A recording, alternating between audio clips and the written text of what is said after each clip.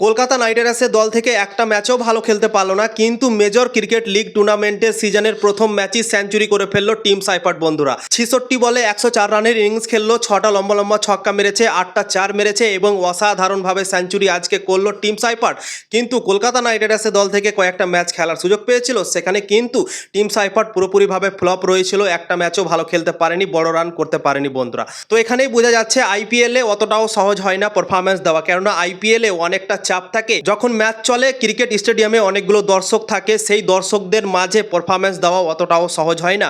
এবং বাকি যে লিগগুলো চলছে সেই লিগগুলোতে অতটা চাপ থাকে না, দর্শকও মাঠে খুব একটা থাকে না, তো সেখানে নির্ভয় হয়ে ক্রিকেট খেলতে পারছে, রান করতে পারছে। এবং আইপিএলের মতো একটা বড় টুর্নামেন্টে চাপের মুহূর্তে খেলতে পারছে না, এরকমই মনে হয় হয়েছে টিম সাইফার্টের সাথেও বন্ধুরা। তো টিম সাইফার্ট আজকে অসাধারণ খেললো, সবারই মন জয় করলো, কিন্তু কলকাতা নাইট রাইডার্সের ফ্যানরা অবশ্যই আজকের এই পারফরমেন্সটাতে নিরাশ হবে, কেননা যখন কলকাতা নাইট রাইডার্সের দলে ছিল, কয়েকটা ম্যাচ খেলার সুযোগ পেয়েছিল, তখন তার ব্যাট থেকে রান আসলো না, ভালো খেলতে পারলো না, পারফরমেন্স দিতে পারলো না বন্ধুরা। কিন্তু মেজর ক্রিকেট লিগ টুর্নামেন্ট আজকে থেকেই শুরু হলো এবং প্রথম ম্যাচই সেঞ্চুরি করে ফেললো টিম সাইফার্ট।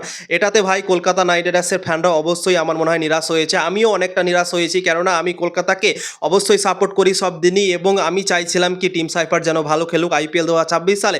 কিন্তু সে চান্স তো পেয়েছিল, কিন্তু চান্সটাকে ভোলাতে পারেনি। 3টে ম্যাচ খেলার সুযোগ পেয়েছিল, 3টে ম্যাচই সে ফ্লপ রয়েছিল আইপিএল 2026 সালে বন্ধুরা।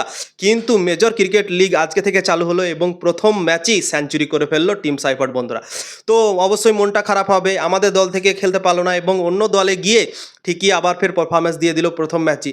তো অবশ্যই আমাদের মনটা খারাপ হবে বন্ধুরা, এবং সেরকমই আজকে অনুভব হলো, সেরকমই মনে হলো বন্ধুরা।